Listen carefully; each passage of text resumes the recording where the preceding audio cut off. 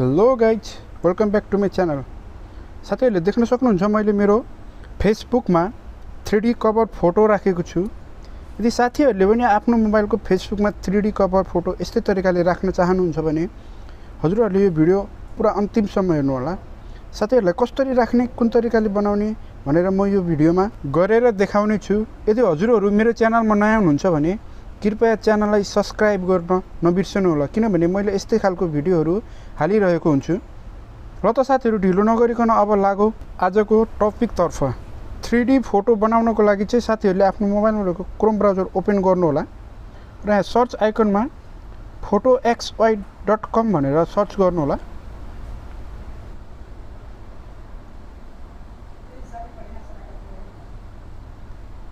र यहाँ यस्तो खालको इन्टरफेस आउँछ।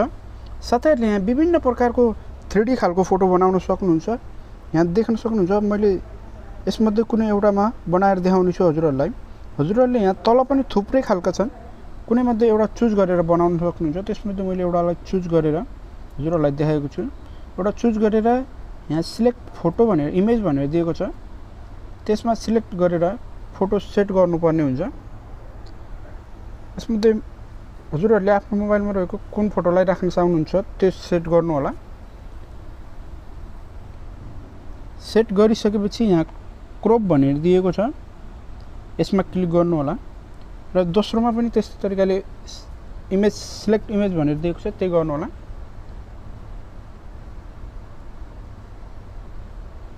यस्तै तरिकाले साथीहरूले तीनटैमा फोटो सेट गर्नु होला।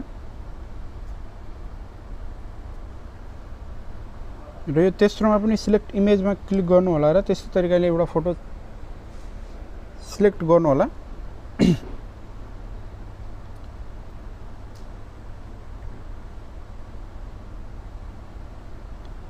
यसलाई सिलेक्ट गरिसकेपछि यहाँ तल दिएको छ गो भनेर लेखिएको छ, यो गोमा क्लिक गर्नु होला।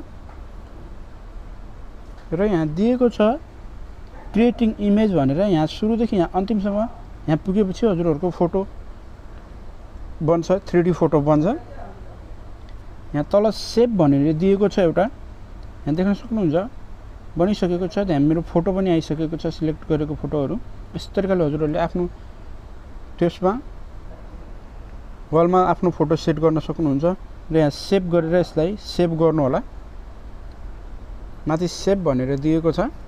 त्यसपछि यसलाई अब पुरा ब्याक गरेर हामीले आफ्नो फेसबुकमा जाउँ। आफ्नो फेसबुक ओपन गर्नु होला र आफ्नो प्रोफाइलमा जानु होला।